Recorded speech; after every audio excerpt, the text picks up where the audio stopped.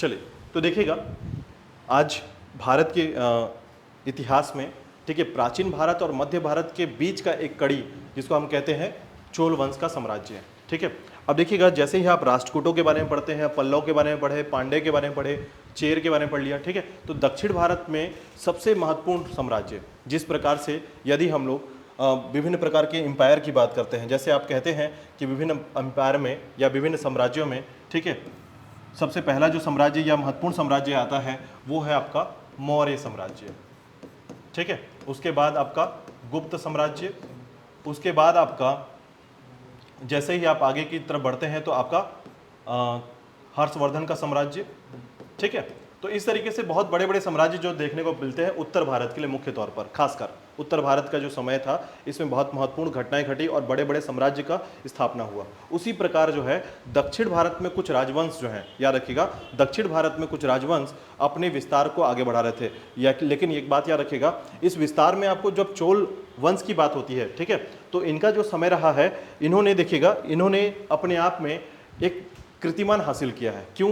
क्योंकि एशिया के, दक्षिण एशिया का जो क्षेत्र है, खासकर दक्षिण पूर्व एशिया, ठीक है, आप इसमें मैप में आपको दिखा दूं मैं कि इस मैप में आप चोला जो राजवंश है या चोला वंश जो है, इसमें अगर आप इसके मैप को देखेंगे तो आपको एक जानकारी मिलेगी कि देखिए कहाँ तक इनका विस्तार था। तो आप देखेंगे कि जो ये बंगाल का जो क्षेत्र है, ठीक है, उड़ीसा का क्षेत्र है, ठीक है, और उसके बाद दक्षिण छत्तीसगढ़ भारत का जो क्षेत्र है, ठीक है, और उसके बाद देखेंगे आप श्रीलंका का क्षेत्र, और उसके बाद आपका सुमात्रा, इंडोनेशिया, मलेशिया, इन सभी क्षेत्रों को जीत लिया था इन्होंने।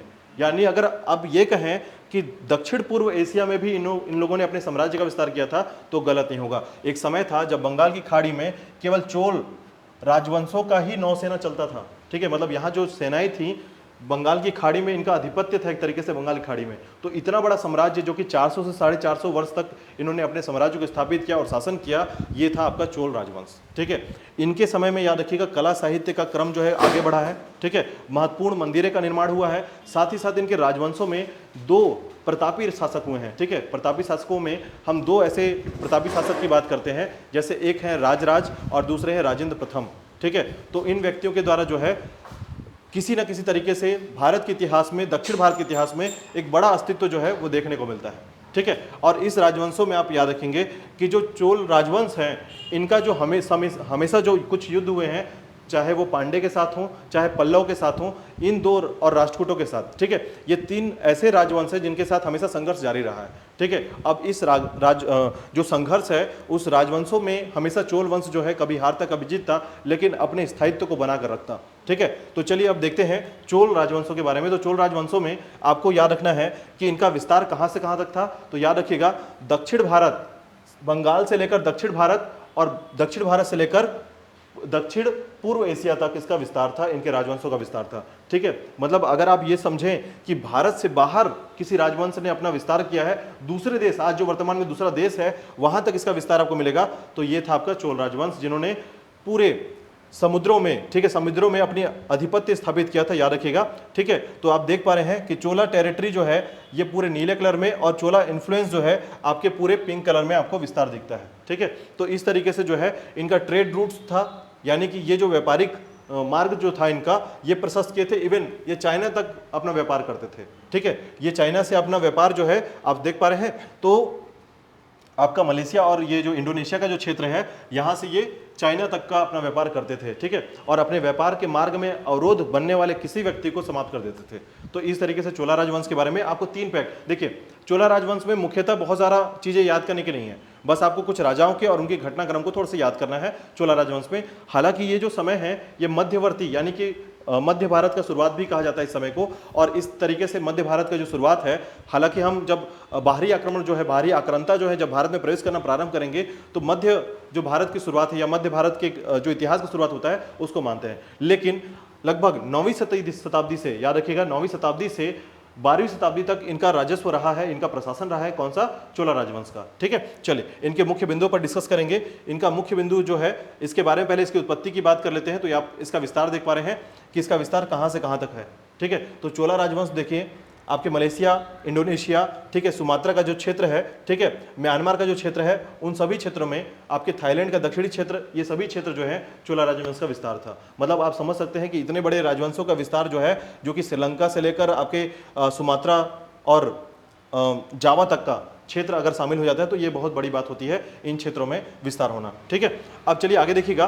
पहले मैं चोला राजवंशों में कुछ राजाओं के बारे में बता दूं कि आपको यहां पर याद रखना है कि चोला राजवंश के संस्थापक कौन है, तो याद रखिएगा विजयालय। ठीक है, लेकिन एक बात और याद रखिएगा कि चोला राजवंश में या चोल वंश में आपको एक जानकारी मिलेगी कि संगम काल में हमने पढ़ा था 3 राजवंश, आपको याद होगा, चेर, चोल और पांडे।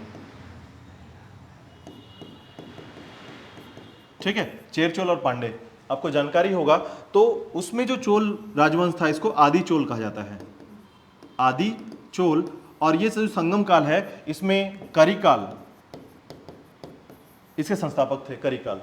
ठीक है, तो ये माना जाता है कि संगम काल के बाद या संगम काल की समाप्ति के बाद चोल जो राजवंश है ये कहीं ना कहीं किसी अन्य राजवंशों के मध्य जो है सेनापति या सामंत का कार्य करते थे, और अंततः जो है विजयालय ने संस्थापक के तौर पर नए चोल वंश का स्थापना की थी। ठीक है, और ये जो शताब्दी है या समय है ये है आपका 9वीं या 8वीं शताब्दी से 12वीं शताब्दी के मध्य का समय। ठीक है, यानी मध्यकाल, यानी भारत के इतिहास का जो मध्यवर्ती इतिहास काल है, ठीक है, ये शुरुआत हो जाता है और अंत होता है आपके प्राचीन भारत के इतिहास का। ठीक है, तो इस क्रम को थोड़ा सा याद रखिएगा। इसमें सब संस्थापक कौन है, नाम याद रखिएगा, विजयालय। ठीक है, चोला राजवंश का पहला क्वेश्चन आपको याद रखना है कि चोला राजवंश, क्योंकि देखिए अब क्वेश्चन टफ ये क्यों हो गया है, क्योंकि लगातार हमने इतने राजवंशों को पढ़ा है, उनके संस्थापकों का नाम पढ़ा है, तो पहला क्वेश्चन ही हमारा सबसे पहला याद हो जाता है कि आपको याद रखना है चोला राजवंश के संस्थापक का नाम विजयालय है और आदि चोल के संस्थापक का नाम करिकाल है। ठीक है, तो चोल राजवंश के लिए आप याद रखेंगे। उसके बाद देखिएगा आदित्य प्रथम, परांतक प्रथम, गंडरादित्य, परांतक द्वितीय, जिसे सुंदर चोल का उपाधि दिया गया था, याद रखिएगा ये उपाधि है इसका।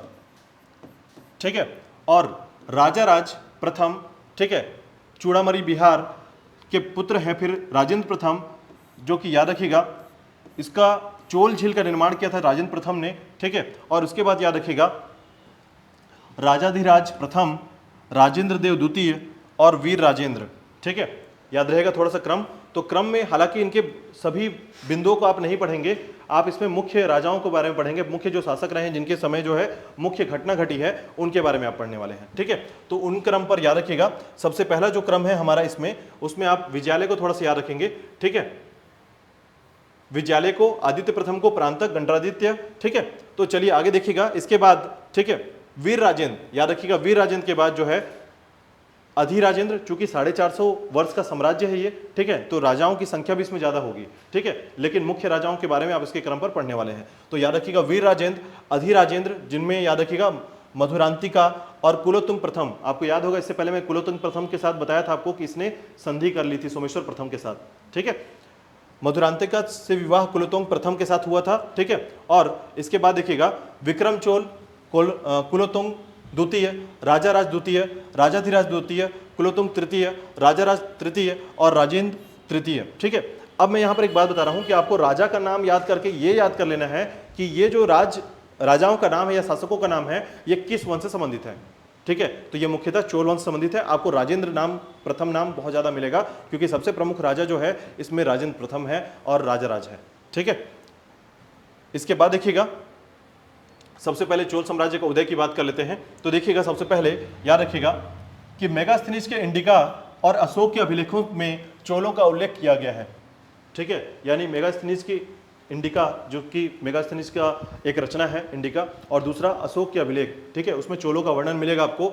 9वीं से 12वीं शताब्दी तक चोल वंश के तमिलनाडु, आंध्र प्रदेश और कर्नाटक पर शासन किया था। ठीक है, 9वीं से 12वीं में याद रखिएगा। 8वीं शताब्दी के उत्तरार्ध में पुनः चोल ने राजनीतिक सत्ता का उत्थान हुआ और इस समय तक दक्षिण भारत में राष्ट्रकूट, चालुक्य और पल्लव, पांड्यों में सर्वोच्च के लिए संघर्ष हो रहा था। ठीक है, तो याद रखिएगा इससे पहले आपने पढ़ लिया है, पल्लवों को भी पढ़ा है, चालुक्यों को पढ़ा है। चालुक्यों की 3 शाखाएं थी और राष्ट्रकूटों के बारे में, दंती दुर्ग के बारे में पढ़ा आपने कि राष्ट्रकूट वंश की स्थापना किसने की थी, दंती दुर्ग ने की थी। ठीक है, उसके अलावा याद रखिएगा पांड्यों। ठीक है, तो पांड्यों के लिए याद रखिएगा तो इनके मध्य जो है आपने एक नाम याद रखा होगा, आपको याद होगा अभी एक मूवी आई थी दक्षिण भारत की, ठीक है, पेलियन सेल्वेन ऐसे कुछ नाम है, PS1 PS2 करके नाम से दो दक्षिण भारत की मूवी आई है, वो चोलों पर ही आधारित है। हालांकि उसमें कुछ अत्यधिक एंटरटेनमेंट करने के लिए उसमें कुछ अफेयर जैसे चीज़ों को दिखाया गया है, लेकिन मुख्य तौर पर कहीं ना कहीं उसके परसेंटेज जो है आपको 60% दिखेंगे कि चोल राजवंश का जो विस्तार है वो किस तरीके से कार्यकाल जो आपका आदित्य प्रथम है, ठीक है, और बाकी जो राजा हैं शासक हैं उनके बारे में जानकारी मिलता है उससे, ठीक है। तो ये चोल राजवंशों पर बनाई गई मूवी है, याद रखिएगा PS1, ठीक है, PS1 और PS2 जो है इस नाम से है, ठीक है। तो देखिएगा सर्वोच्चता के लिए संघर्ष हो रहा था और चोलों का प्रारंभिक इतिहास संगम युग से प्रारंभ होता है। तो मैंने बताया था संगम काल में चोल वंश के बारे में मैंने पढ़ा है, ठीक है।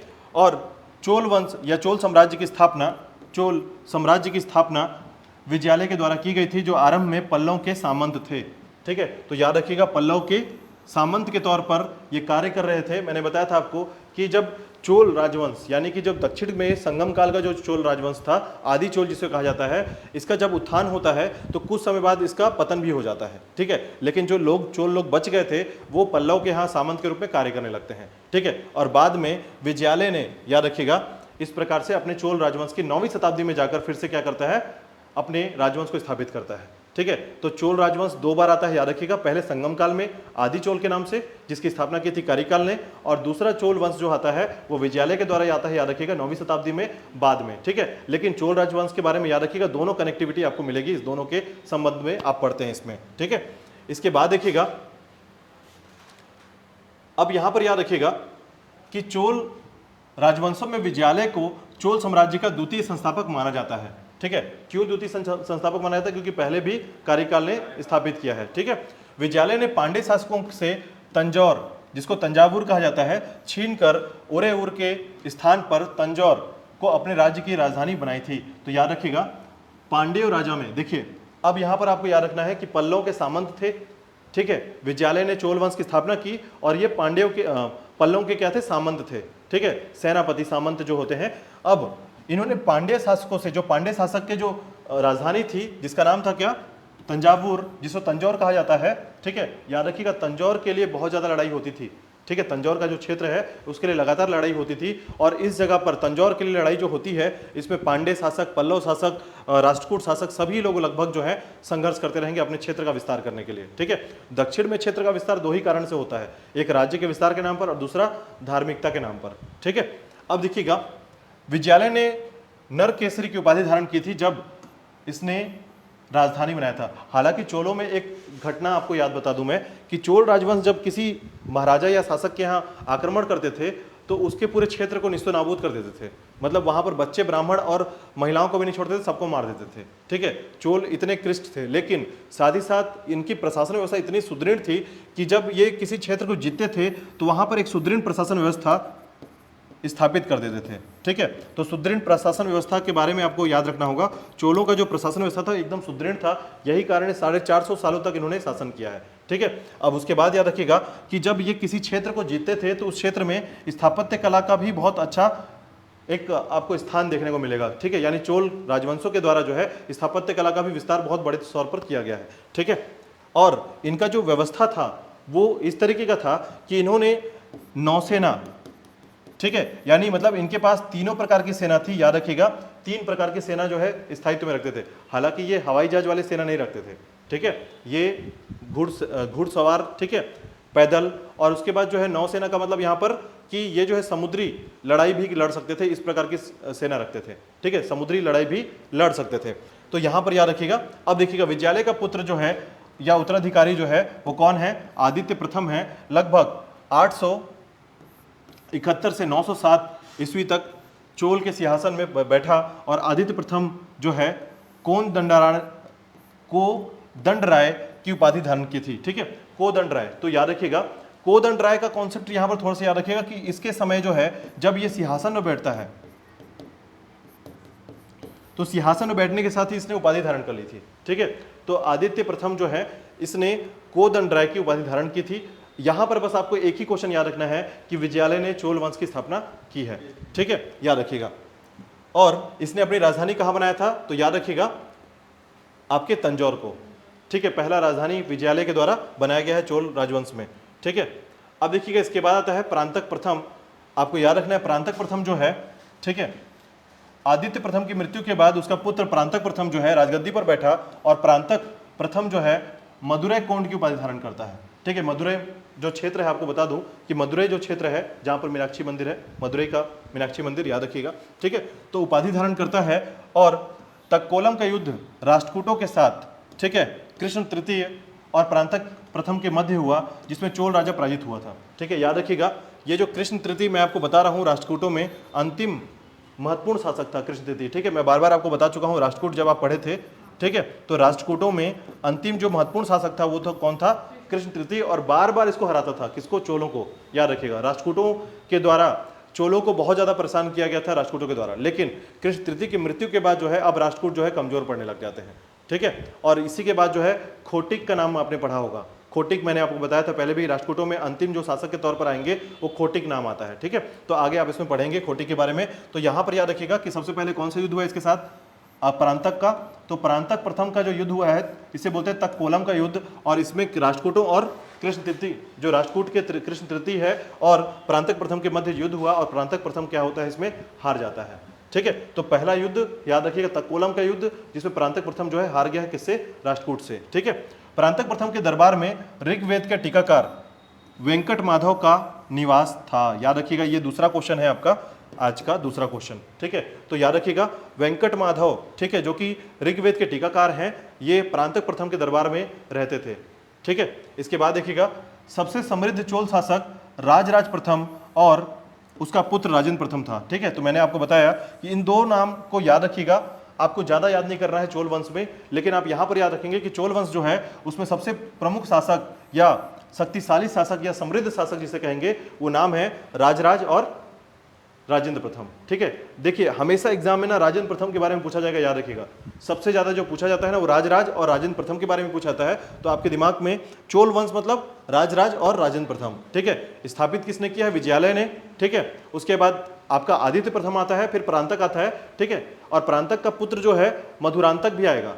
ठीक है, याद रखिए मधुरांतक भी आता है। ऐसे बहुत सारे व्यक्ति आएंगे, लेकिन उनके समय में बहुत अच्छा चोल शासन जो है समृद्ध नहीं हो पाया था। लेकिन इन दो लोगों के बारे में याद रखिएगा, राजाराज प्रथम और उसका पुत्र राजेंद्र प्रथम के समय जो है शासक जो है ये विशेष तौर पर समृद्ध करते हैं चोल दरबार को या चोल शासक के तौर पर। ठीक है, अब देखिएगा चोल वंशों में सबसे पहला जो महत्वपूर्ण शासक है उसको याद करेंगे आप, राजराज प्रथम 985 से 1014। ठीक है, 985 से 1014 का समय है।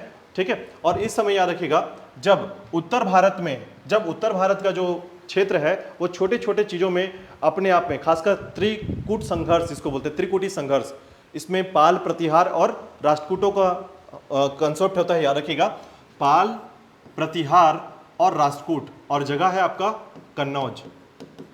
याद रखिएगा कन्नौज के लिए 3 जो शासक हैं, ठीक है, कौन कौन से वंश? पाल, प्रतिहार और राष्ट्रकूट, ये तीनों आपस में संघर्ष कर रहे थे। तब दक्षिण में, ठीक है, दक्षिण क्षेत्र में आपके जो चोल राजवंश है अपना विस्तार कर रहा था। ठीक है, तो इसके कारण क्या हुआ? इसका विस्तार जो है दक्षिण पूर्व एशिया तक हो गया। ठीक है, अब देखिएगा इसके बारे में थोड़ी जानकारी हम लेते हैं। तो देखिएगा राजराज प्रथम को अपने पिता के जीवन काल में ही युवराज नियुक्त कर दिया गया था। ठीक है, इसका वास्तविक नाम अरिमोली वर्मन है। ठीक है, अरिमोली वर्मन, याद रखिएगा।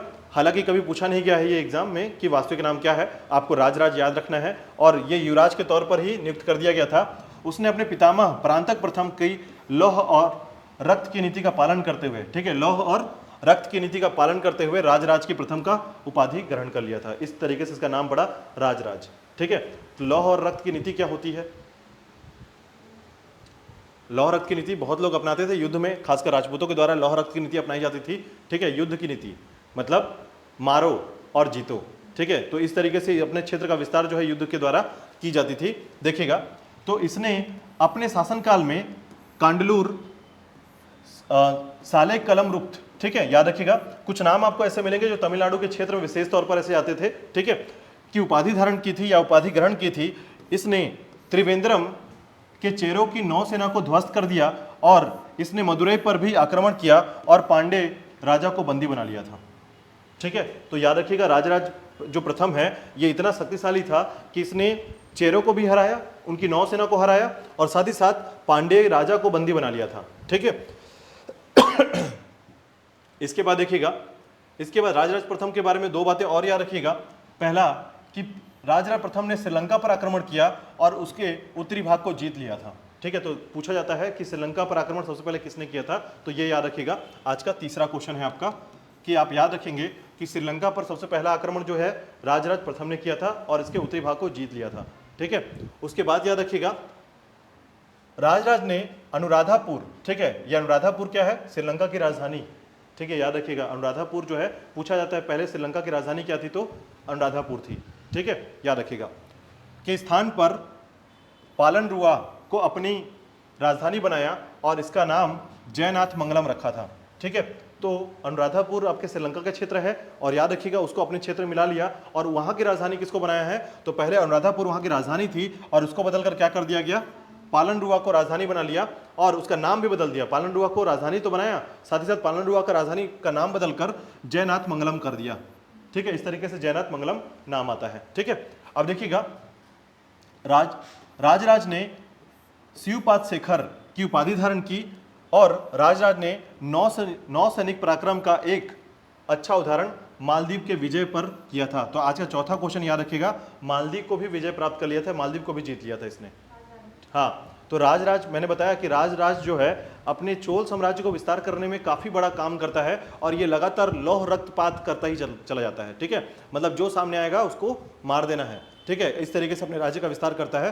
प्रांतक प्रथम का ये पौत्र है, याद रखिएगा पौत्र है, और उस पौत्र के कंडीशंस में इसने अपने दादाजी के हिसाब से उसी नियम या कानून को ही फॉलो किया था ये। ठीक है, तो राजराज ने याद रखिएगा दो जगह को सबसे इंपॉर्टेंट, एक श्रीलंका को और दूसरा मालदीव को। ठीक है, दो मुख्य क्षेत्र को जीता था।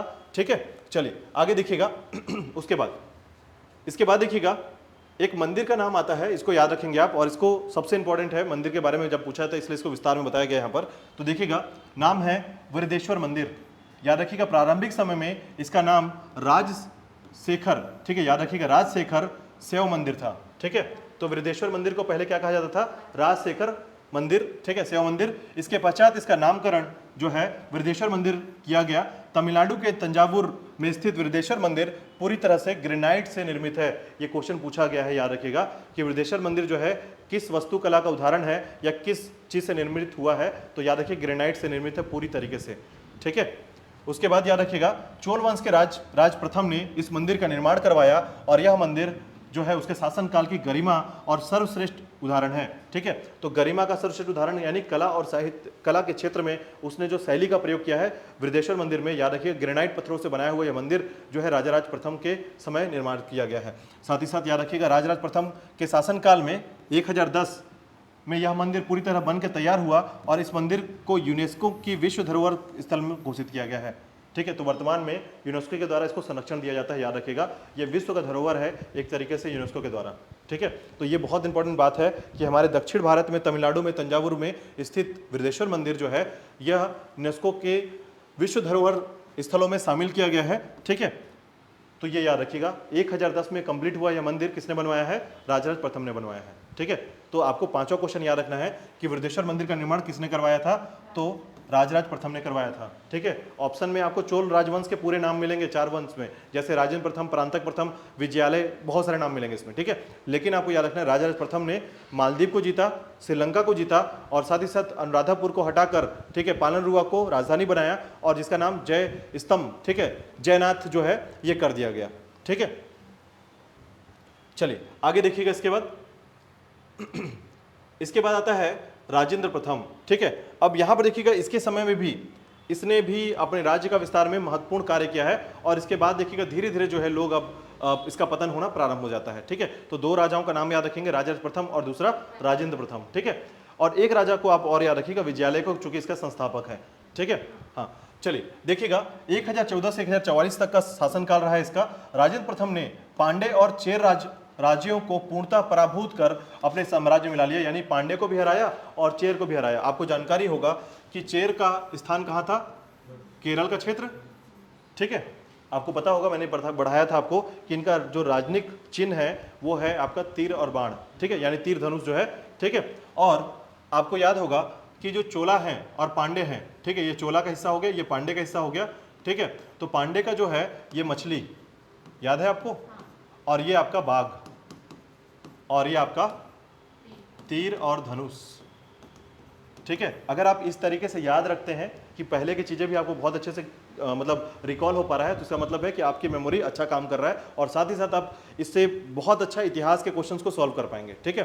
कभी कभी क्या होता है, बहुत सरल क्वेश्चन होते हैं। देखिए, अगर मैं आज आपको बता रहा हूँ कि ये तीर और धनुष चेर की राजनीतिक चिन्ह थे, ये याद हो गया आपको तुरंत, लेकिन अगर एग्जाम में बैठकर आपको याद ही नहीं आ पा रहा है तीर धनुष था कि त्रिशूल था कि बाघ था कि मछली था, तो ऐसे में बहुत गड़बड़ होने वाली है, मतलब आपकी पढ़ाई ठीक ढंग से नहीं हो पा रही है उसमें, ठीक है। तो यहाँ पर याद रखिए कुछ चीज़ों को रिकॉल करने की वैल्यू बनी रहनी चाहिए, ठीक है। तो देखिएगा, तो याद रखिएगा इसने क्या किया था, चेर और पांड्य को हराया था और उनके क्षेत्र को अपने साम्राज्य में मिला लिया था, ठीक है। साथ ही साथ देखिएगा श्रीलंका की विजय को परिणति कर तक पहुंचाने वाले, ठीक है, उसने वहां के राजा और रानी के मुकुट और राज चिन्ह को अपने अधिकार में कर लिया था। राजेंद्र प्रथम के शासनकाल का एक अत्यंत उल्लेखनीय, ठीक है, जो सैन्य अभियान है कलिंग से, जो कलिंग के रास्ते बंगाल, याद रखिएगा, देखिए आपको याद होगा समुद्रगुप्त का दक्षिणापथ अभियान याद है आप लोग को, मैंने बताया था समुद्रगुप्त ने 5 क्षेत्र को जीता था, ठीक है, चाहे वो अटाविक राज्य हो, आर्यवत क्षेत्र हो, ठीक है, बाहरी शक्तियों का आक्रमण को भी कंट्रोल किया था उसने, ठीक है।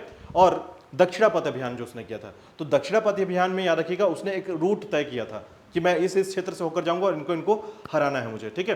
तो उस तरीके से दक्षिणापथ अभियान में जो उसने जो रूट तय किया था, उसी रूट को फॉलो करते हुए उत्तर की तरफ चला जाता है। वो दक्षिण की तरफ आया था जीतते हुए, ये उत्तर की तरफ जाएगा और कहां तक, बंगाल तक पहुंच जाता है, याद रखिएगा, ठीक है। तो देखिएगा, याद रखिएगा कि राजेंद्र प्रथम जो है उसने, ठीक है, पहले तो श्रीलंका, देखिए जब आप राजाराज की प्रथम की बात करेंगे तो राजाराज प्रथम जो है ये श्रीलंका के आधे या उत्तरी क्षेत्र को जीतता है, ठीक है, याद रखिएगा इस बात को। और ये जो है राजेंद्र प्रथम जो है ये श्रीलंका पर जो 50 साल तक शासन भी करता है, याद रखिएगा, मतलब 50 साल का शासन वैल्यू जो मिलता है वो राजेंद्र प्रथम का मिलता है, ठीक है। और राजाराज जो है वो क्या करता है, उत्तरी भाग को जीतता है केवल, ठीक है। तो याद रखिएगा उत्तरी भाग को जीतने वाला जो राजा है वो राजराज प्रथम है, और पूरे श्रीलंका पर विजय प्राप्त करने वाला राजा कौन है, उसका बेटा राजेंद्र प्रथम, ठीक है, याद रखिएगा। तो देखिएगा उसने वहां के राजा और रानी के मुकुट व राज चिन्ह को अपने अधिकार में कर लिया, और राजेंद्र प्रथम के शासनकाल का एक अत्यंत उल्लेखनीय जो सैन्य अभियान है वो है कलिंग के रास्ते बंगाल पर किया गया आक्रमण,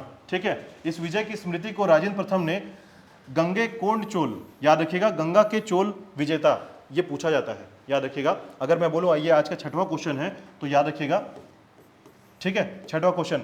तो यहां पर यह नहीं पूछा जाएगा कि गंगे कोट चोल क्या है, यह पूछा जाता है कि गंगा के चोल विजेता कौन है, ठीक है, गंगा के चोल विजेता यानी गंगा के क्षेत्र में किस चोल ने आक्रमण किया था और विजय प्राप्त किया था, ठीक है। तो याद रखिएगा राजेंद्र प्रथम जो है इसका शासक है, और इसने जो है कलिंग के रास्ते होते हुए बंगाल पर आक्रमण किया और उस पर विजय प्राप्त किया था। और इसके बाद जैसे विजय प्राप्त करता है, और विजय प्राप्त करने के बाद ये क्या कहता है अपने आप को, गंगे कोट चोल, ठीक है। देखिएगा इसके अलावा उसने वीर राजेंद्र, मुंडी गोंड चोल आदि उपाधि धारण की थी, ठीक है। तो बाकी चीजों को तो आप यहां पर छोड़ सकते हैं, लेकिन कुछ चीजों को याद रखिएगा कि किसने कलिंग के रास्ते पहुंचकर आपके बंगाल क्षेत्र में आक्रमण किया था, तो राजेंद्र प्रथम ने किया था। इसको याद रखिएगा, क्योंकि इसको याद करने का मतलब यही है कि आप उसकी उपाधि को याद करते हुए उसकी घटना को याद कर लें, ठीक है। चलिए आगे देखिएगा। इसके बाद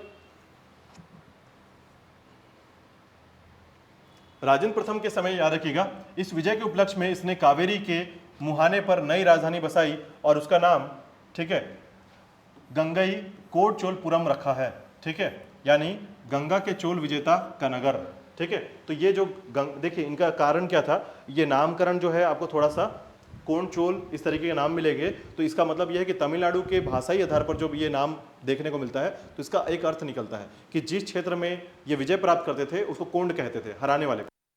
तो ऐसे केस में आपको गंगा के क्षेत्र यानी गंगई, ठीक है, और कोंड मतलब जीता, ठीक है, जीतने वाला, चोलपुरम मतलब चोल शासक यहाँ पर, ठीक है।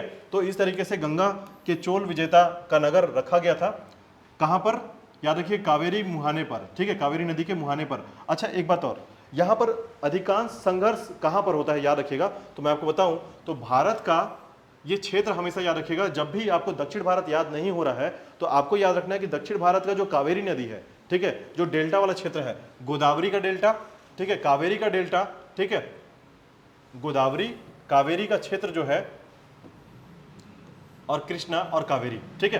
तो ये जो कावेरी का जो क्षेत्र है यहीं पर सबसे ज्यादा संघर्ष होगा, और संघर्ष का कारण क्या है? सबसे ज्यादा उपजाऊ भूमि, ठीक है, कावेरी डेल्टा के आसपास का क्षेत्र है, ठीक है। तो सबसे ज्यादा उपजाऊ भूमि अगर कावेरी के आसपास है तो सभी लोग चाहते थे कि उस क्षेत्र पर आक्रमण करके उसको अपने अधिकार में ले लें, ठीक है। तो चोल राजवंश ने, यही कारण है राजेंद्र प्रथम ने वहां पर राजधानी ही बना ली, ठीक है, मतलब अपने आप की जो शक्ति है वहां पर केंद्रित कर दी ताकि कोई आक्रमण करके उस क्षेत्र को जीत ना ले। तो कावेरी का जो मुहाना क्षेत्र है या डेल्टाई जो क्षेत्र है, इसको सबसे ज्यादा उपजाऊ भूमि माना जाता था उस समय में, ठीक है, याद रखिएगा। पूछा भी जाता है कभी कभी कि चोल राजवंश में सबसे ज्यादा उपजाऊ भूमि, प्रशासनिक और जब सामाजिक स्थिति के बारे में अगर क्वेश्चन आता है तो पूछा जाता है कि सबसे ज्यादा उपजाऊ भूमि कहां पर था, ठीक है। तो कावेरी के मुहाना क्षेत्र या डेल्टाई क्षेत्र में इसका उपजाऊ क्षेत्र था, याद रखिएगा, उपजाऊ विस्तार क्षेत्र था, ठीक है। 10वीं सदी में याद रखिएगा श्री विजय साम्राज्य फिर से शक्तिशाली हो गया और अब उसमें मलय, प्रायद्वीप, सुमात्रा, जावा और आसपास के द्वीप शामिल थे। सोचिए इसका विस्तार राजेंद्र प्रथम के समय कहाँ हो गया था? तो भारत का ये क्षेत्र हो गया, भारत के नीचे श्रीलंका, श्रीलंका के पास आप इधर देखेंगे तो ये इंडोनेशिया का क्षेत्र हो गया, ठीक है, और यहीं पर आपका मलय, सुमात्रा वाला जो क्षेत्र हो गया, ठीक है। तो ये सभी क्षेत्र जो है अब जो राजेंद्र प्रथम है इसका पूरा इन्फ्लुएंस जो है यहाँ तक आ चुका था, यानी कि लोग जो है यहाँ तक डरने लगे थे और यहाँ तक इसका शासन प्रणाली चला गया था, ठीक है। तो ये याद रखिएगा। अभी आपके शिक्षाकर्मी में एग्जाम पूछा गया था, ठीक है, पूछा गया था कि गोल्डन देश किसे कहा जाता था, ठीक है, प्राचीन काल में गोल्डन देश के नाम से किसे कहा जाता है? तो याद रखिएगा सुमात्रा, ठीक है, और मलय, इनको गोल्डन देश के नाम से जाना जाता है, ठीक है। मतलब आप समझिएगा कि इसमें क्या होता है, क्या उसमें मलय, प्रायद्वीप का जो क्षेत्र है, ठीक है, भारत का पूरा क्षेत्र प्रायद्वीप कहा जाता है, ठीक है, प्रायद्वीपीय क्षेत्र है, और साथ ही साथ आपका सुमात्रा क्षेत्र, जावा क्षेत्र और आसपास के द्वीपों जो को शामिल किया गया है, वो सभी क्षेत्र जो है अब इसके साम्राज्य में आ गए हैं। यानी कि कितना बड़ा विस्तार क्षेत्र हो गया चोल का, वो थोड़ा सा याद रख सकते हैं, इमेजिन कर सकते हैं, ठीक है। शैलेंद्र शासक बौद्ध थे और चोलों के साथ उनकी मधुर संबंध थे, याद रखिएगा, यानी मित्रता का संबंध था इनका। तो याद रखिएगा जो शैलेंद्र शासक था, ठीक है, इस साम्राज्य का, जो कि इंडोनेशिया का जो दक्षिण क्षेत्र है उस क्षेत्र पे शैलेंद्र नामक शासक जो है शासन करता था और इनका चोलों के साथ क्या था? मित्रता का संबंध था, ठीक है। तो यहाँ पर एक बात याद रखना है आपको कि इनके मित्र के तौर पर जो बौद्ध थे, ठीक है, बौद्ध थे, इनका संबंध था, मित्रता का संबंध था। लेकिन याद रखिएगा जब बात ऐसी आती है कि अगर इनके मार्ग में कोई भी आता था तो ये उनको साफ कर देते थे, यानी कि उनकी हत्या कर देते थे या आक्रमण कर देते थे, ठीक है। तो अभी चलिए देखिएगा आगे इसके बारे में कुछ और पॉइंट्स अभी हमको मिलेगा, ठीक है। तो समझिएगा कि शैलेंद्र शासक ने नागपट्टनम में एक बौद्ध विहार भी बनवाया था और इसके अनुरोध पर ये यहाँ के राजा से, यानी चोल शासक से क्या किए थे? एक गांव दान में लिया था कि इसका खर्चा कौन देखेगा या कैसे देखा जाएगा, तो जो गांव वाले रहेंगे उसका खर्चा देंगे कर के तौर पर, ठीक है। तो समझिएगा शैलेंद्र शासक ने नागपट्टनम में, ठीक है, नागपट्टनम में एक बौद्ध विहार बनवाया तथा इसके अनुरोध पर राजेंद्र प्रथम ने इस विहार के व्यय के लिए एक गांव दान में दे दिया था, ठीक है। तो ये याद रखिएगा, एक गांव दान में दिया था किसके? शैलेंद्र शासक के अनुरोध पर, ठीक है। राजेंद्र प्रथम का सबसे महत्वपूर्ण सामरिक अभियान कलिंग से बंगाल विजय था, जिसको आपने पढ़ा है, ठीक है, याद रखिएगा। इसके बाद देखिएगा चोल साम्राज्य में, ठीक है, अब यहां पर याद रखिएगा इसके बाद राजाधिराज प्रथम आता है 1044 से 1052 के बीच में। 1044 में राजेंद्र प्रथम के बाद उसका पुत्र राजाधिराज प्रथम चोल की राजगद्दी पर बैठता है और राजाधिराज ने अपना राज्याभिषेक करवाकर विजय राजेंद्र की उपाधि धारण कर ली थी, ठीक है। तो उसके बाद राजाधिराज प्रथम का समय आता है और उसके बाद याद रखिएगा राजेंद्र द्वितीय का समय आता है, ठीक है। तो यानी राजेंद्र द्वितीय जो है 1052 से 1064 का समय रहा है इसका शासनकाल का। राजाधिराज की मृत्यु के पश्चात राजेंद्र प्रथम, ठीक है, द्वितीय जो है चोल राजसिंहासन में बैठा जिसने राजकेसरी की उपाधि धारण की है, ठीक है। तो ये सारे पॉइंट्स आपको थोड़ा सा याद रखना है। इस समय राजेंद्र द्वितीय के समय क्या घटना घटी है इसको लिए थोड़ा सा याद रखिएगा। आज का 7वां क्वेश्चन कौन सा रहेगा? चोल शासकों ने चीन में अनेक राजदूत मंडल भेजे, ठीक है। चोल राज्य का स्तर व्यापारिक, ठीक है, याद रखिएगा व्यापारिक मंडलों वाला एक दूत मंडल 1077 में चीन पहुंचा था। उत्तरी चालुक्यों की राजधानी कल्याणी थी उस समय और वेंगी, तुंगभद्रा, दोआब और उत्तर पश्चिम का कर्नाटक क्षेत्र गंग देश पर प्रभुत्व स्थापित करना और चोलों और उत्तरी चालुक्यों के बीच जो है संघर्ष का कारण था। तो यहाँ पर एक बात बस आपको याद रखना है कि किसने चीन में अपने राजदूत भेजे थे, ठीक है, याद रखिएगा चीन में अपना राजदूत किसने भेजा था वो थोड़ा सा याद रखना है। राजेंद्र द्वितीय ने, ये आज का 7वां क्वेश्चन है कि किस चोल शासक ने चाइना या चीन में अपने राजदूत भेजे थे? तो याद रखिएगा राजेंद्र द्वितीय ने भेजा था, ठीक है। किस चोल शासक ने चीन में अपने राजदूत मंडल, ठीक है, राजदूत मंडल का मतलब एक से अधिक राजदूत भेजे थे? तो याद रखिएगा। अच्छा, क्यों भेजा था? तो व्यापारिक दृष्टिकोण से भेजा था, ठीक है, व्यापार के लिए, चीन के साथ व्यापार को प्रारंभ करने के लिए इसने राजदूत भेजे थे, याद रखिएगा। अब सोचिए कि उत्तर में चालुक्यों का राजधानी कल्याणी था, ठीक है, साथ ही साथ वेंगी के चालुक्य, ठीक है, और तुंगभद्रा का क्षेत्र और दोआब क्षेत्र उत्तर पश्चिम कर्नाटक में गंग देश का प्रभुत्व स्थापित करना और चोलों और उत्तरी चालुक्यों के बीच संघर्ष का कारण था ये मुख्य राजदूतों को भेजना, ठीक है। तो मुख्य तौर पर याद रखिएगा व्यापार तो बढ़ाना ही था, साथ ही साथ दक्षिण के क्षेत्र में जो है अब प्रभुत्व स्थापित करने के लिए, चोलों का जो प्रभुत्व था वो स्थापित करने के लिए अधिक से अधिक शक्ति का जो है एकीकरण करना, इसकी आवश्यकता थी इस समय का, याद रखिएगा, ठीक है। तो चोल राजवंश के समय बस आपको एक बात याद रखनी है कि राजेंद्र द्वितीय के समय जो है इसने चीन में अपने राजदूत को भेजा था, ठीक है। चलिए आगे देखिएगा, इसके बाद इसमें देखिएगा अब आता है यहाँ पर से चोल प्रशासन, ठीक है, यानी चोलों के बारे में आपके जो 7 क्वेश्चन थे ये राजाओं के संबंध में इतने ही क्वेश्चंस बनेंगे, इससे ज़्यादा क्वेश्चन यहाँ से नहीं बनते, ठीक है। आपको पता होगा सेनगोई जो आपने देखा कि अभी जब हमारा जो है संसद भवन जो है स्थापित हो रहा था, ठीक है, तो आपका एक जो स्मारक है, आपने को याद है स्मारक? याद आ रहा है? नहीं याद आ रहा है? चलिए देख लीजिए इसको, आपको याद आ जाएगा।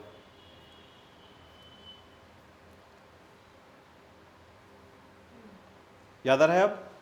ठीक है, तो ये जो है हस्तांतरित किया जाता था जब एक राजा जो है दूसरे राजा या अपने पुत्र को जब राज्यारोहण या उसको स्थापित करता था, उसको राजा बनाता था, तो उसको ये सेनगोई दिया जाता था, ठीक है। तो ये सेनगोई का महत्व बहुत इंपॉर्टेंट है, याद रखिएगा। इस सेनगोई से ये पता चलता था कि राजा अभी वर्तमान में कौन है या राजा को किस तरीके से हस्तांतरित किया गया है पूरा सिंहासन, ठीक है। तो इसके बारे में जानकारी मिलता है हमको, सेनगोई याद रखिएगा, ठीक है।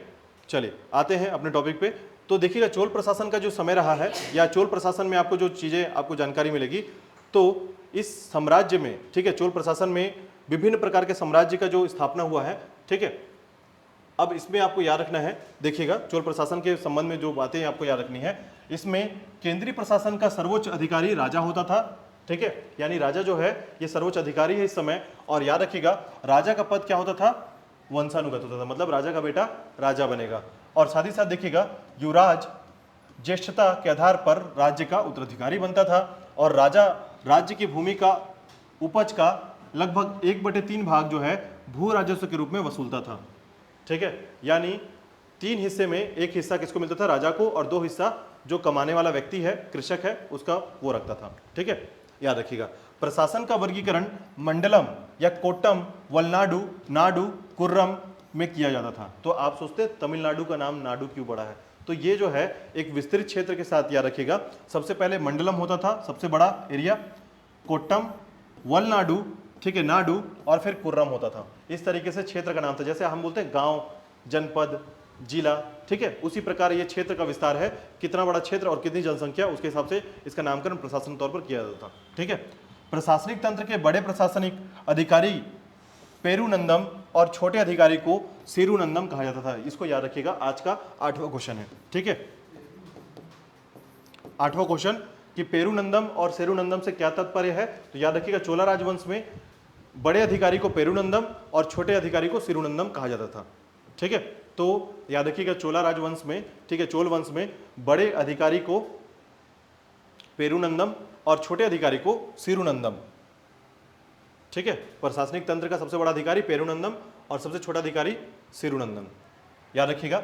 इसके बाद देखिए चोलों के शासनकाल में स्थानीय स्वशासन में उर, सभा, महासभा, नाटुर और उर का विशेष महत्व था, ठीक है। तो देखिए इस स्वशासन, एक बात याद रखिएगा, मैंने बताया आपको कि जब चोल जो है किसी क्षेत्र पे आक्रमण करते थे, तो आक्रमण करने के बाद वहाँ के क्षेत्र को कमजोर करने के लिए वहाँ के प्रशासन को अपने हाथ में ले लेते थे, ठीक है। लेकिन उनके प्रशासन करने के तरीके में आपको एक अच्छी बात नजर आएगी कि ये स्वशासन पर बहुत ज़्यादा विश्वास करते थे। स्वशासन इकाई मतलब जैसे ग्राम पंचायत, ठीक है, जिला पंचायत, ये स्वशासन इकाई है। उसी प्रकार उस समय जो है जो स्वशासन इकाई होती थी उसको कहते थे उर, सभा, ठीक है, जैसे ग्राम सभा होती है स्वशासन इकाई का सबसे बड़ा इकाई माना जाता है इसको, ठीक है, निचले स्तर पर।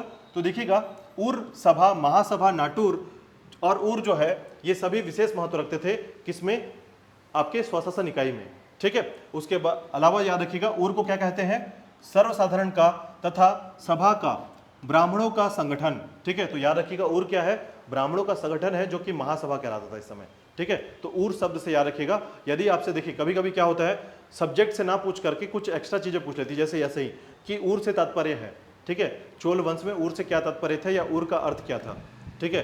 तो उर का मतलब आप याद रखेंगे स्वशासन इकाई है जो ब्राह्मणों का महासंगठन था, ठीक है। तो याद रखिएगा ये छोटे छोटे क्वेश्चन जो है कभी कभी आ जाते हैं, याद रखिएगा, ठीक है।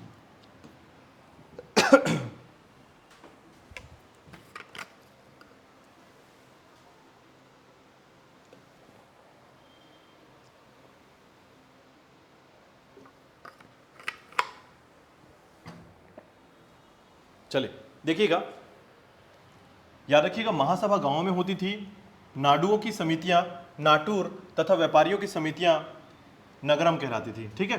तो ये छोटी छोटी जानकारी बस याद रखिएगा कि जो महासभा होती थी वो केवल गांव में होती थी, ठीक है। उसके अलावा नाडुओं की जो समितियां होती थी, ठीक है, तथा नाटुर और व्यापारी समितियां जो है नगरम कहलाती थी, ठीक है। तो नाडुओं की समितियां नाटुर और व्यापारियों की समितियां नगरम कहलाती थी, ठीक है। तो ये नाम याद रखिएगा, नगरम नाटुर क्या होता था, तो नगरम था व्यापारियों की समिति, ठीक है।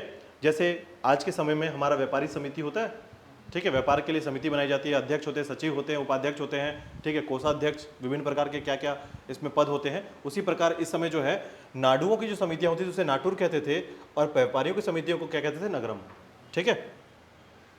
इसके अलावा देखिएगा अब चोला प्रशासन में कुछ अधिकारियों को देखिएगा, कौन क्या होता था, किसका नाम क्या होता है, ठीक है। इसको थोड़ा सा याद करने की कोशिश कीजिएगा, एक थोड़ा बहुत याद रहेगा तो एग्जाम में थोड़ा सा फायदा हो सकता है अगर यदि ये पूछा जा सके तो, ठीक है, सुमेलित करने में पूछा जा सकता है। तो देखिएगा मंडलम, मैंने बताया था आपको कि राज्य में सबसे बड़ा जो क्षेत्र होता था, सभा होता था, उसमें हम अगर बोलेंगे प्रशासन का सबसे बड़ा इकाई क्या था तो मंडलम। राजा तो प्रमुख है ही, ठीक है, और राजा कहाँ बैठता था, मंडलम में, ठीक है। इसलिए आप सुनेंगे चोला मंडलम, ठीक है। ये मंडलम शब्द आपको इसलिए मिलेगा कि प्रशासनिक तौर पर ये जो समितियां थी, सबसे बड़ी जो समिति थी या बड़ा जो क्षेत्र था उसे मंडलम कहा जाता था, ठीक है। उसके बाद फिर नाटुर, नाडु, उर नाडुर, ठीक है, उर सबसे छोटा। इस तरीके से आपको याद रखना है। जो मंडलाधिपति था, ठीक है, इसको बोलते थे मुंडला मंडाली, मुंडला मंडाली, और ये था मंडलम का सरदार, ठीक है, सबसे बड़ी समिति या सबसे बड़ा क्षेत्र का सरदार, याद रखिएगा।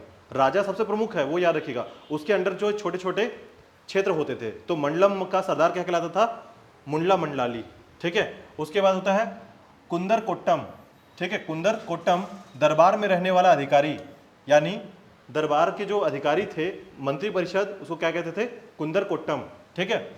पटोले मुखबेट्टी, ठीक है, पटोले या मुखबेट्टी, ये राजस्व विभाग का छोटा अधिकारी होता था, मुखबेट्टी, ठीक है, राजस्व विभाग का जो रेवेन्यू डिपार्टमेंट है उसका छोटा अधिकारी था। विडयाधिकारिन, विडयाधिकारिन याद रखिएगा, कार्य प्रेषक या लिपिकार, ठीक है, जैसे हमारे यहाँ क्लर्क होता है वैसे ही लिपि या कार्य प्रेषक जो होता था उसे कहते थे विडयाधिकारिन, ठीक है। मध्यस्थ, राजा द्वारा दिए गए अनुदान की देखभाल करने वाला अधिकारी को मध्यस्थ कहा जाता था, ठीक है। तो याद रखिएगा कुछ पॉइंट्स को इनमें। इसके बाद देखिएगा और कुछ पॉइंट है इनमें,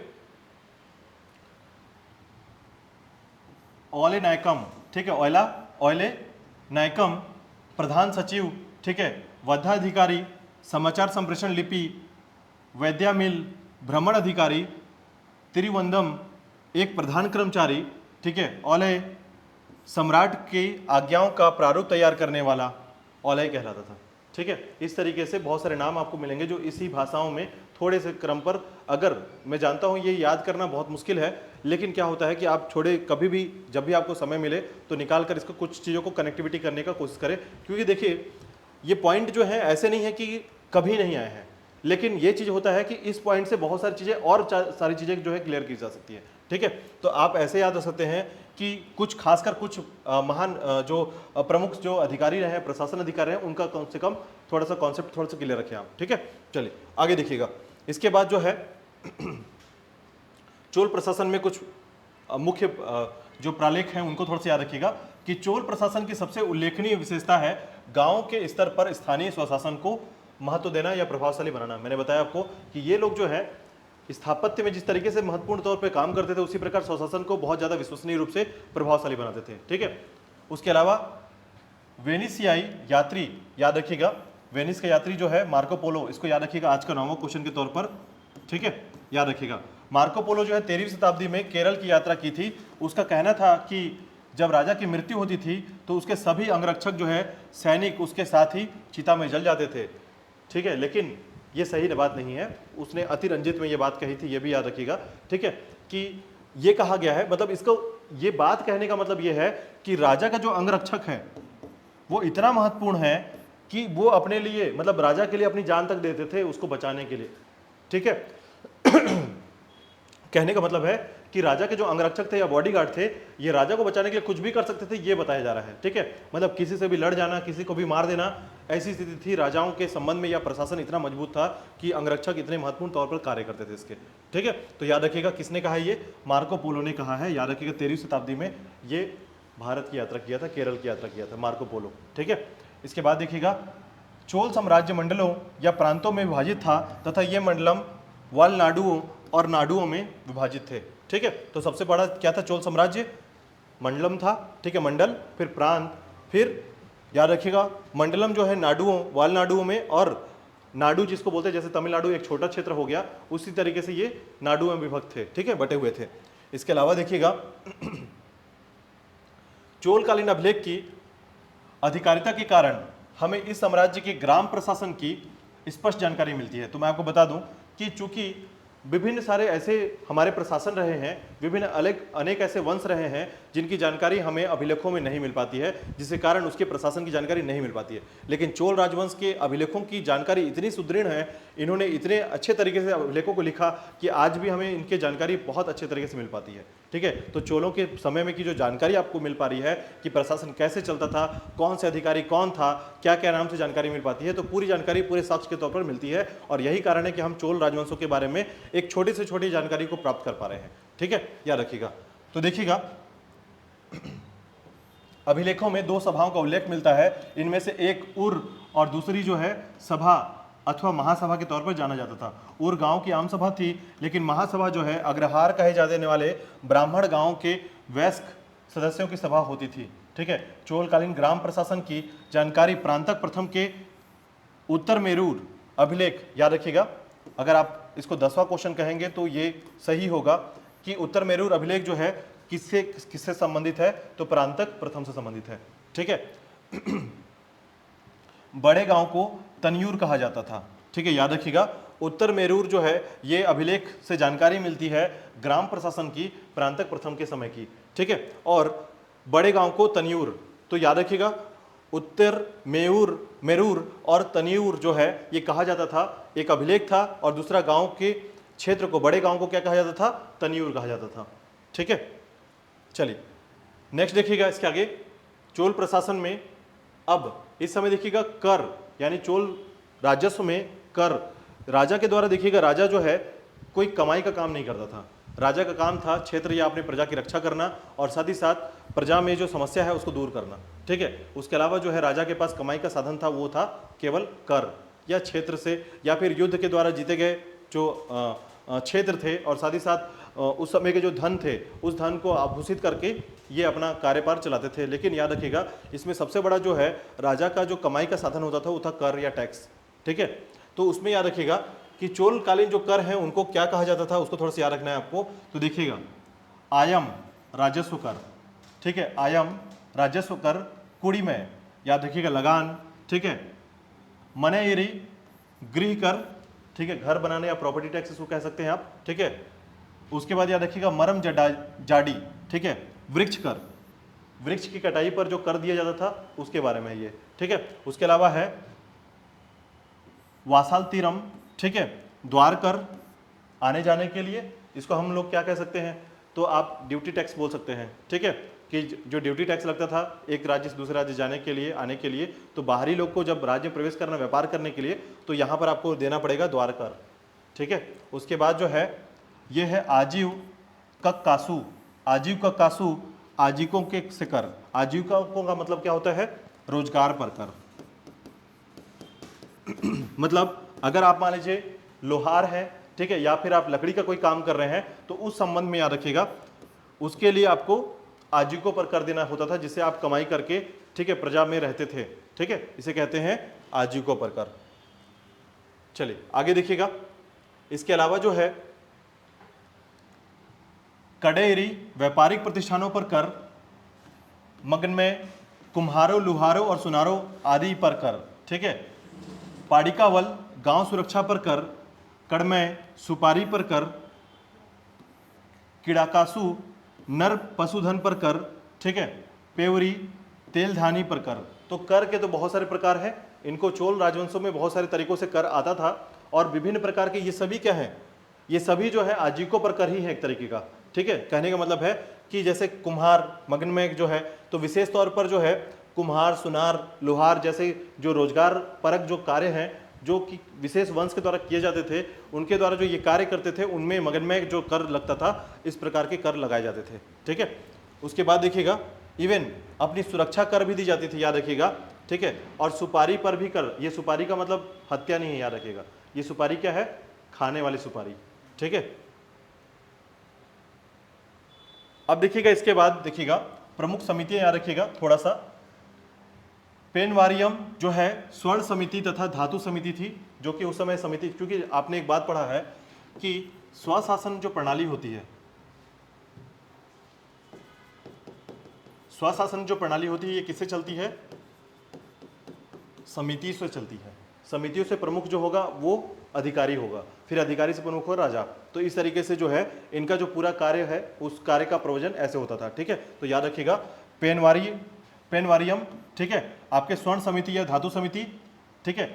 तोटवारियम उद्यान समिति, ठीक है, इसमें क्या होता था, इसमें भी 12 सदस्य होते थे, याद रखिएगा। एरीवारियम तड़ाक समिति, ठीक है, यह तड़ाक समिति कहता था। 6 सदस्य तालाबों की मरम्मत के लिए एरियाम नामक कर लिया जाता था, ठीक है। उसके बाद आता है संवत्स वरियम, यह 12 बुजुर्ग विद्वान सदस्यों की समिति होती थी। उदासीन वरियम सैन्यवासियों व विदेशियों की देखभाल के लिए संबंधित था ये, ठीक है। कनकुवारियम यह लेखा जोखा से संबंधित समिति थी, ठीक है। तो इस प्रकार से स्वशासन को चलाने के लिए समितियों की आवश्यकता होती थी, याद रखिएगा। समिति अगर आपको याद नहीं हो रहा है तो बस एक बार पढ़कर छोड़ दीजिएगा, एक बार पढ़िएगा जरूर लेकिन, ठीक है। प्रमुख समितियों में याद रखिएगा धर्मवारियम, यह विद्या अध्ययन की व्यवस्था की जाती थी, ठीक है। न्यायतारियम, तो याद रखिएगा यह न्याय समिति थी। कलड़ी वरियम, याद रखिएगा यह लेखा की देखभाल से संबंधित समिति थी। मूलपरु डयार, यह धार्मिक संस्था जो मंदिरों की देखभाल या देखरेख करते थे। गुणवरियम, यह ग्राम के कार्यों की व्यवस्था के लिए होता था, ठीक है। तो ये प्रशासन से संबंधित समितियां हैं, याद रखिएगा।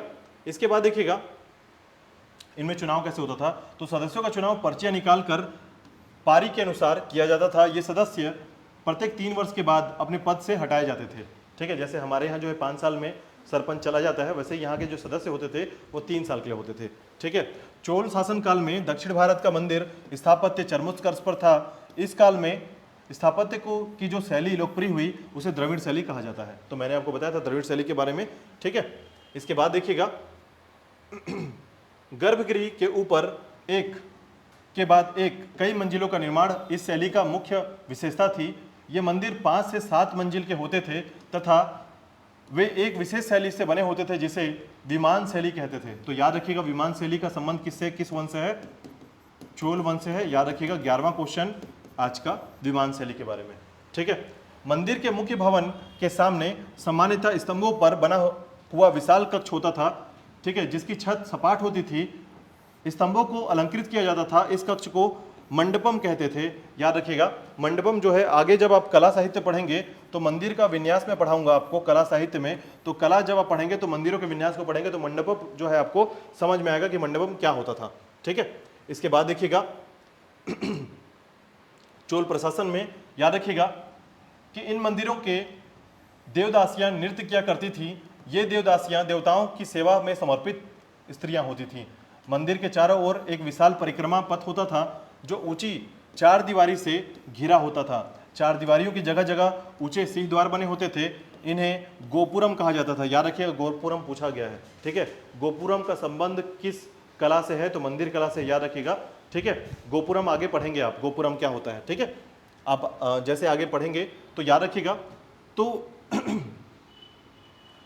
तो देखिएगा, जैसे ही चार दीवारी जो होता है, जैसे ये मान लीजिए मंदिर है, ठीक है, तो इसके चारों तरफ जो है चार दीवार बना होता था, मतलब घेरा हुआ रहता था ये मंदिर, ठीक है। और सामने की तरफ जो खाली जगह है जहां से द्वार प्रवेश करते मंदिर में, उसी को गोपुरम कहते हैं, याद रखिएगा, ठीक है। मंदिर का जो प्रवेश होता है फ्रंट वाला द्वार से थोड़ा अंदर, ठीक है, तो याद रखिएगा गोपुरम कहलाता है। देखिएगा, द्रविड़ शैली में मंदिरों का आरंभिक उदाहरण कांचीपुरम का कैलाशनाथ मंदिर, ठीक है, मंदिर स्थापत्य का एक अनन्य उत्कृष्ट उदाहरण है। याद रखिए, गंगेकोंड चोलपुरम का मंदिर भी इंपॉर्टेंट है, ठीक है। तो गंगा नदी के आसपास के क्षेत्र को जीतने कारण, ठीक है, राजेंद्र प्रथम ने क्या किया था, गंगेकोंड चोलपुरम का उपाधि धारण किया था। और यहाँ पर कावेरी नदी के आसपास का जो क्षेत्र है, यहाँ पर क्या बसाया था, गंगेकोंड चोलपुरम जो है नगर बसाया था, ठीक है, याद रखिएगा। इसके बाद देखिएगा, चोल प्रशासन में नटराज प्रतिमा को चोल कला का सांस्कृतिक निचोड़ कहा जा सकता है। इस काल में कांस्य मूर्तियां अधिक निर्मित हुई हैं। होयसलों की राजधानी हेलेविड में काफी संख्या में मंदिर बनवाए गए। इसमें सबसे भव्य होयसलेश्वर मंदिर है। यह मंदिर चालुक्य शैली का उत्कृष्ट उदाहरण है, याद रखिएगा। इस काल में दक्षिण भारत में मूर्तिकला ने एक नई ऊंचाई छुआ। इसका एक उदाहरण श्रवणबेलगोला में गोमतेश्वर की विशालकाय मूर्ति है, ठीक है। तो याद रखना है आपको केवल कि सामान्य तौर पर मंदिर कला या मंदिर के स्थापत्य कला का जो समय रहा है वो चोल वंश में अपने चरमोत्कर्ष पर था। और इस समय जो है द्रविड़ शैली का एक अनंत जो आपका उत्कृष्ट क्षेत्र है सांस्कृतिक क्षेत्र में या कला क्षेत्र में देखने को मिलता है, वो चोल वंश में देखने को मिलता है, ठीक है। हालांकि दक्षिण भारत में आपको मंदिरों के संबंध में विभिन्न प्रकार के जो शैली हैं, ठीक है, चाहे विमान शैली हो, चालुक्य शैली हो या फिर द्रविड़ शैली हो, ठीक है, इन सभी शैलियों का मतलब यह है कि विभिन्न राजाओं या वंशों के द्वारा जो मंदिर स्थापित किया गया है, चालुक्यों के द्वारा स्थापित किया गया, राष्ट्रकूटों के द्वारा स्थापित किया गया है, ठीक है, या दक्षिण भारत में चोल के द्वारा स्थापित किया गया है, सभी का जो बनाने का तरीका है या स्थापत्य का तरीका है, ये अपने आप में अद्वितीय है, ठीक है। तो ये थोड़े से पॉइंट को याद रखिएगा। इसके बाद देखिएगा, स्थापत्य के बाद याद रखिएगा कि जब हम संस्कृति की बात करते हैं तो इस काल में संस्कृत को उच्च संस्कृति की भाषा मानी जाती थी। इस काल की एक उल्लेखनीय विशेषता है क्षेत्रीय भाषाओं का विकास, ठीक है। तो इस समय जो है क्षेत्रीय भाषाओं का विकास हुआ। 6वीं से 9वीं सदी तक तमिल देश में अनेक लोकप्रिय संतों का प्रादुर्भाव हुआ। अलवार और नयनार कहे जाने वाले संत क्रमशः विष्णु और शिव भक्त होते थे। तो याद रखिएगा, अलवार और नयनार जो है, जैसे अलवार किसको मानते थे, तो विष्णु जी को, और नयनार किसको मानते थे, शिव जी को। तो याद रखिएगा, इन पे लड़ाई का महत्वपूर्ण कारण यही है, अलवार और नयनार, ठीक है। देखिएगा 11वीं सदी में कंबन, ठीक है, कंबन बहुत इंपॉर्टेंट है, याद रखिएगा। ओट ककुट्टन और पुंगालेद्दी नामक 3 विद्वान जो है रचनाकार हुए, जिन्हें तमिल साहित्य में त्रिरत्न के रूप में स्मरण किया जाता है। इसको याद रखिएगा, ये आज का 12वां क्वेश्चन होगा, ठीक है, याद रखिएगा। ये तीनों को बहुत इंपॉर्टेंट माना जाता है, ठीक है। कंबन, ओट, ठीक है, ओट का कुट्टन और पुंगालेदी, ये त्रिरत्न है, याद रखिएगा। ये तमिल साहित्य के त्रिरत्न कहलाते हैं, ठीक है। ये जब एग्जाम का जो टॉपिक है अगर थोड़ा सा मॉडरेट है या टफ थोड़ा सा बनेगा तो इस लेवल पर क्वेश्चन पूछा जाता है। इन तीनों में एक का नाम देकर बाकी 2 के नाम पूछे जा सकते हैं, ठीक है। तो त्रिरत्न याद रखिएगा, ठीक है। पुंगालेदी या पुगालेदी कहा जाता है, लेंदी कहा जाता है, ठीक है, याद रखिएगा। तो आप ऐसे याद सकते हैं। सबसे इंपॉर्टेंट जो इसमें है वो है कंबन, ठीक है, सबसे इंपॉर्टेंट है कंबन। तमिल साहित्य में इनका बहुत बड़ा मतलब योगदान रहा है, याद रखिएगा कंबन का, ठीक है। चलिए आगे देखते हैं। तो पहला है कंबन, दूसरा है ओट ककुट्टन और पुगालेदी, ठीक है। चलिए नेक्स्ट देखिएगा। इसके अलावा देखिएगा, कंबन के काल को विद्वानों की दृष्टि से 11वीं सदी का उत्तरार्ध और 12वीं सदी का प्रारंभिक चरण था। तमिल साहित्य का स्वर्ण युग माना जाता है, ठीक है। तो कंबन का काल इसलिए इंपॉर्टेंट है, इसलिए मैंने बताया आपको कि कंबन को बहुत इंपॉर्टेंट माना जाता है, ठीक है। पूछा जाता है तमिल साहित्य का स्वर्ण युग किसके काल में रहा है, तो याद रखिएगा कंबन के समय का, ठीक है। कंबन की रामायण तो तमिल साहित्य में उच्चतम कोटि की रचना माना जाता है। पंपा, पोन्ना और रन्ना कन्नड़ साहित्य की त्रिरत्न माने जाते हैं। अब देखिए, वो तमिल साहित्य के 3 रत्न है और कन्नड़ साहित्य के 3 रत्न याद रखिएगा, पंपा, पोन्ना और रन्ना। इसको याद रखिएगा, आज का 13वां क्वेश्चन है ये, ठीक है। क्यों 13वां क्वेश्चन है? क्योंकि याद रखिएगा इनके समय में कन्नड़ साहित्य जो है ये अपने आप में बहुत विस्तार होने लगा था। ठीक है, तमिल, याद रखिएगा तमिल में आपका कम्बन का नाम आएगा। ठीक है, और अगर कन्नड़ की बात करेंगे तो कन्नड़ में आता है पोन्ना, रन्ना और पंपा। ठीक है, देखिएगा पंपा ने आदि पुराण, पोन्ना ने शांति पुराण और रन्ना ने अजित पुराण लिखा है। ठीक है, याद रखिएगा किसने क्या लिखा है? पंपा ने आदि पुराण, पुन्ना ने शांति पुराण और अजित पुराण आपके रन्ना ने लिखा है। ये सभी पुराण तीर्थकरों पर लिखे गए हैं। ठीक है, याद रखिएगा। तो ये आपका 13वां जो क्वेश्चन है उस क्वेश्चन में आप तीनों को शामिल कीजिएगा। पहला त्रिरत्न के तौर पर जाने जाते हैं, दूसरा इनका रचना याद रख लीजिएगा। ठीक है, पंपा का रचना क्या है? आदि पुराण। ठीक है, पुन्ना का रचना शांति पुराण और रन्ना का रचना है आपका अजित पुराण। ठीक है, इन तीनों के बारे में जो तीनों पुराण है इसमें तीर्थकरों के बारे में लिखा गया है। ठीक है, चलिए आगे देखिएगा।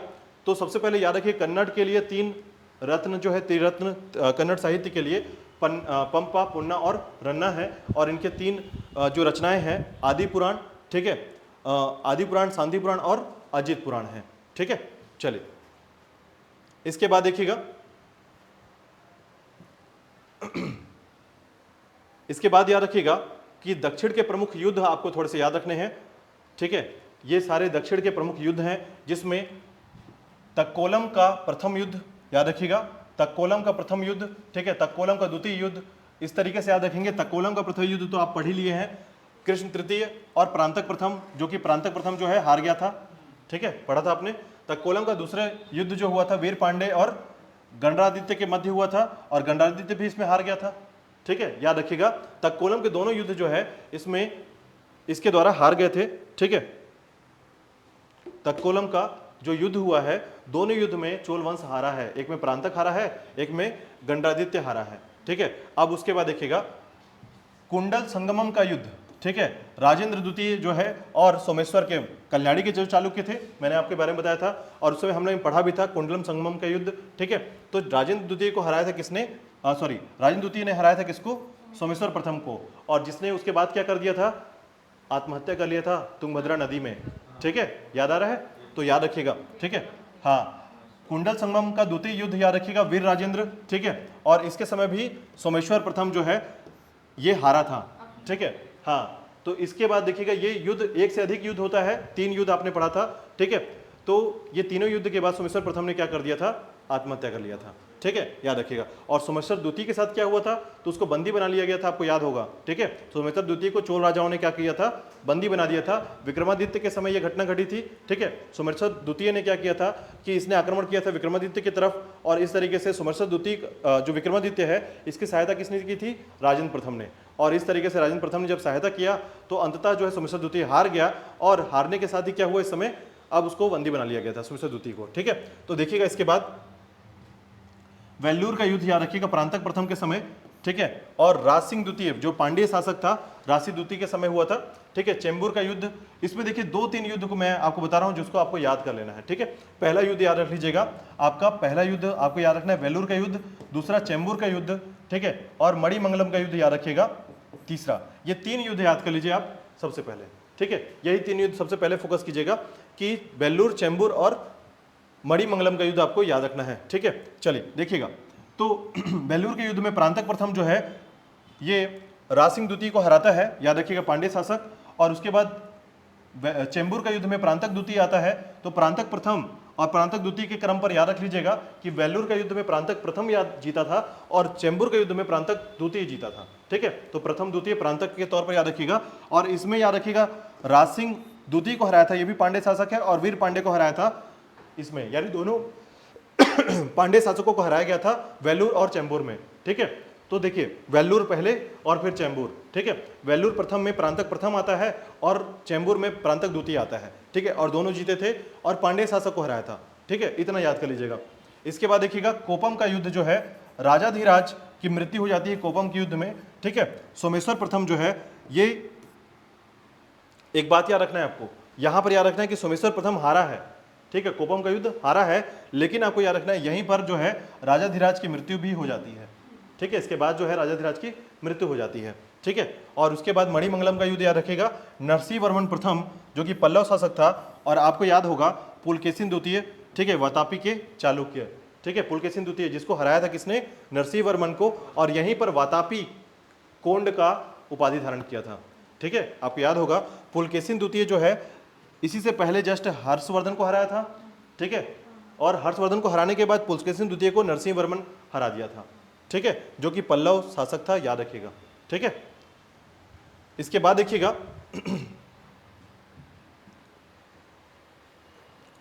राजेंद्र द्वितीय यहीं पर राजा घोषित होता है। मणिमंगलम के युद्ध के बाद राजेंद्र द्वितीय जो है राजा घोषित होता है। ठीक है, तो यहाँ पर इसके बाद थोड़ा सा याद रखिएगा। इसके बाद जो है जो जानकारी हमको मिलती है इसके संबंध में आप याद रखेंगे कि चालुक्य राजा के दरबार में रहने वाले नन्नया ने महाभारत का तेलुगु पाठ तैयार करना आरंभ किया था। उसके आरंभ किए कार्य को 13वीं सदी में तिक्कन्ना ने पूर्ण रूप से पूर्ण किया था। ठीक है, तो याद रखिएगा इस समय जो है जो जानकारी मिलती चालुक्य राजा के दरबार में रहने वाला जो नन्नया है, इसने महाभारत को तेलुगु पाठ के तौर पर तैयार करना प्रारंभ किया था और इसको पूरा किया था किसने, तिक्कन्ना ने। ठीक है, चलिए आगे देखिएगा। इसके बाद है चोलकालीन कुछ ऐतिहासिक स्थल हैं जिनका नाम आपको थोड़ा सा याद रखना है। ठीक है, चोलकालीन ऐतिहासिक स्थल के तौर पर याद रखिएगा वेल्लूर, यह पांड्यों और श्रीलंका की संयुक्त सेना का परांतक प्रथम ने पराजित किया था। ठीक है, तो वेल्लूर का नाम याद रखिएगा, अभी आपने पढ़ा था परांतक प्रथम ने वेल्लूर में हराया था। ठीक है, पांड्य शासक। ठीक है, वेंगी को याद रखिएगा, आंध्र तट पर स्थित जहां पर राजराज प्रथम ने पूर्वी चालुक्यों पर प्रभुत्व स्थापित किया था। ठीक है, उत्तर मेरूर याद रखिएगा, उत्तर मेरूर का अभिलेख किसका है, परांतक प्रथम का है। ठीक है, अभी आपने पढ़ा है। ठीक है, यहाँ के चोल वंश से समृद्ध 909 से 929 ईस्वी के 2 अभिलेख मिले हैं। ठीक है, उसके बाद है गंगई कोंड चोलपुरम, ये आपका कावेरी पट्टनम का क्षेत्र है, उसमें राजेंद्र प्रथम ने अपना उत्तर भारत का जो अभियान किया था उसकी सफलता पर बनवाया था इसको। ठीक है, उसके बाद है तंजौर, चोल साम्राज्य की राजधानी, जहां राजराज प्रथम द्वारा निर्मित वृद्धेश्वर मंदिर स्थापित है, याद रखिएगा तंजौर में है। ठीक है, उसके बाद है अनईमंगलम, यह गांव शैलेंद्र शासक को चूड़ामणि बिहार के निर्माण में निर्मित करके दिया गया था, दान दिया गया था, याद होगा आपको। ठीक है, तो उसमें शैलेंद्र शासक जो था इसने एक बौद्ध विहार बनाया था जिसका नाम रखा था चूड़ामणि बिहार। ठीक है, और इसके लिए इसके खर्च को चलाने के लिए इसने राजा से अनुरोध किया था कि मुझे एक गांव दान में दे दिया जाए। ठीक है, उसके बाद देखिएगा नेगापट्टनम जो है कोरोमंडल तट, ठीक है, जो कि शैलेंद्र शासक ने राजा राज के समय बिहार बनवाया था, तो इसी का क्षेत्र है कोरोमंडल का जो तट क्षेत्र है यहाँ पर स्थित है। ठीक है, ये तमिलनाडु के तटीय क्षेत्रों को कहा जाता है कोरोमंडल, याद रखिएगा। इसके बाद देखिएगा ऐतिहासिक स्थल में और कुछ नाम है जिसमें अनुराधापुर चोल युग में श्रीलंका की राजधानी थी, इसे राजराज प्रथम ने ध्वस्त कर दिया था, ये आपको याद रहेगा क्योंकि कभी कभार देखिएगा सरल पेपर में आता है ये। अनुराधापुर जो है ना ये बहुत सरल पेपर में आता है, कठिन पेपर में नहीं आता है। मतलब जब आपको दिख जाए कि अनुराधापुर के बारे में पूछा गया तो समझ जाएगा पेपर का ये क्वेश्चन सरल है। ठीक है, टॉपिक सरल है। क्यों? अनुराधापुर बेसिकली सब एक राजधानी है जो दूसरे देश की राजधानी आपसे पूछी जा रही है। अनुराधापुर कहाँ है तो आप बोलेंगे श्रीलंका में उसकी प्राचीन राजधानी थी। ठीक है, याद रखिएगा। उसके बाद है तक्कोलम। ठीक है, 949 में युद्ध में राष्ट्रकूटों द्वारा चोल उत्तराधिकारी राजादित्य की मृत्यु हुई थी। ठीक है, याद रखिएगा तक्कोलम में। और उसके बाद है संडी मटक्यू। ठीक है, अरब सागर में स्थित क्षेत्र जहां राजेंद्र प्रथम ने अपना प्रभुत्व स्थापित किया था। नथमिलई, यहाँ विजयालय चोलेश्वर मंदिर के अवशेष हैं। ठीक है, नथमिलई में। और चिदम्बरम में याद रखिएगा यहाँ चोल शासकों का राज्याभिषेक होता था, चिदम्बरम, याद रखिएगा। ये थोड़ा सा याद रखेंगे आप। आज अगर 13 या 14 क्वेश्चन बोलेंगे तो आप इसको याद कर सकते हैं 14 क्वेश्चन के तौर पर। ठीक है, याद रखिएगा कि चोल शासकों का राज्याभिषेक किस स्थान पर होता था तो चिदम्बरम में होता था। ठीक है, कंडलूर याद रखिएगा, कंडलूर जो है त्रिवेंद्रम के निकट जहां राजा राज प्रथम ने चेरो को पराजित किया था। तो चेरो को क्या कहते थे? केरल पुत्र कहा जाता था, याद होगा आप लोग को। ठीक है, और त्रिवेंद्रम कहाँ है आपको याद होगा, केरल में है। ठीक है, तो इसी जगह पर राजा राज प्रथम ने किसको हराया था? चेरो को हराया था। देखिएगा पोलन रुआ जो है इसे राजा राज प्रथम ने श्रीलंका का प्रभुत्व स्थापित कर अपने साम्राज्य को का अंग बना लिया था। ठीक है, आपने पढ़ा कि पोलन रुआ जो है इसे राजा राज प्रथम ने अपना राजधानी बनाया था अनुराधापुर को ध्वस्त करके। ठीक है, तोंडमलम, ठीक है, याद रखिएगा तोंड मंडलम नवीन चोल वंश से संबंधित भूमि है जिसे कहा जाता था तोंड मंडलम। ठीक है, इसके बाद देखिएगा लास्ट बिंदु आज का चोल वंश इसके बाद जो है समाप्त होता है और इसमें आप कुछ बिंदु को पढ़ेंगे जो कि चोलकालीन महत्वपूर्ण तथ्य हैं, याद रखिएगा।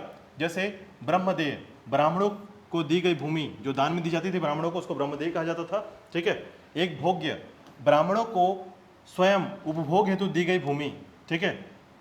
प्रभु मान्यम, राजा के स्वामित्व वाला भूमि या बड़ा भाग, उसको प्रभु मान्यम कहा जाता था। अग्रहार या गढ़भोग्य, यह ब्राह्मणों की सामूहिक भूमि थी।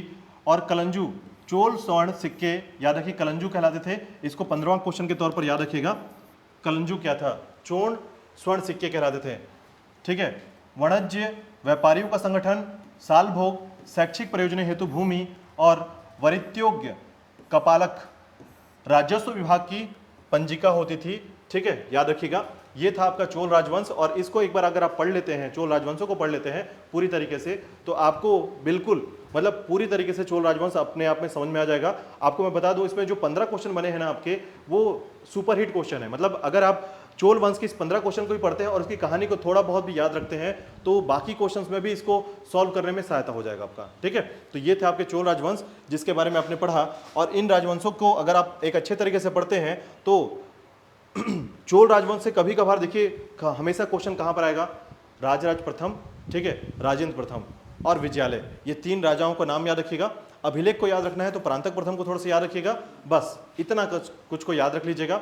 और राजेंद्र द्वितीय को अगर आप एक क्वेश्चन में याद रखेंगे तो चीन में अपना राजदूत भेजा था राजेंद्र द्वितीय ने, ठीक है। इतने क्वेश्चन को अगर याद कर लीजिए, आपने 15 क्वेश्चन बनाया हमने, और इस क्वेश्चन के 15 क्वेश्चन का टॉपिक अगर आपने अच्छे से पढ़ लिया है तो यकीन मानिए आपका टॉपिक जो है चोल वंश के लिए बिल्कुल क्लियर हो जाएगा, ठीक है। और इसके साथ एक बार वीडियो को फिर से रिवाइज करके देख लीजिएगा, इससे आपके चोल वंश का टॉपिक जो है ये बहुत अच्छे तरीके से कंप्लीट होगा, ठीक है। चलिए आज के लिए इतना ही करेंगे इतिहास में। कल से मध्य भारत का इतिहास स्टार्ट करेंगे और हम देखेंगे कि किस तरीके से अब जो है फिर से धार्मिक आंदोलन प्रारंभ होगा, किस तरीके से सूफीवाद जो है प्रारंभ होता है और किस तरीके से धार्मिक आंदोलन का जो एक समय है जिसमें मान्यताओं का एक समय आता है कि कौन सा धर्म को कौन मानेगा, और विभिन्न प्रकार के जो धर्म के प्रभुत्व मानने वाले व्यक्तियों का जन्म होता है और धर्म का विस्तार होना प्रारंभ हो जाता है, ठीक है। तो एक समय आएगा जब इसको हम धार्मिक आंदोलन के तौर पर देखेंगे और साथ ही साथ भारत में दर्शन का जो विस्तार होता है वो इसी समय होता है, याद रखेगा, ठीक है। हाँ, मध्य भारत से पहले जैसे ही प्राचीन भारत का इतिहास जो है समाप्ति के कगार पर होता है और मध्य भारत का इतिहास प्रारंभिक समय में आता है, तो इस समय दर्शन यानी कि विभिन्न प्रकार के जो लोग हैं, यानी फिलॉसफी कहाँ से जन्म लिया है, ये अगर आप बोलेंगे कि आज जो फिलॉसफी आप पढ़ते हैं, दर्शन शास्त्र पढ़ते हैं, वो इसी समय इसका जन्म होता है, ठीक है। विभिन्न जो प्रभुत्व के लोग हैं उन्होंने दर्शन के संबंध में विभिन्न प्रकार के आख्यान दिए हैं और उससे जानकारी हमें ये मिलता है कि भारत संबंध में जो फिलॉसफी या दर्शन है इसका विस्तार होना प्रारंभ हो जाता है, ठीक है। तो कल हम इसके बारे में पढ़ेंगे, इसके डिटेल में पढ़ने वाले हैं कल, ठीक है।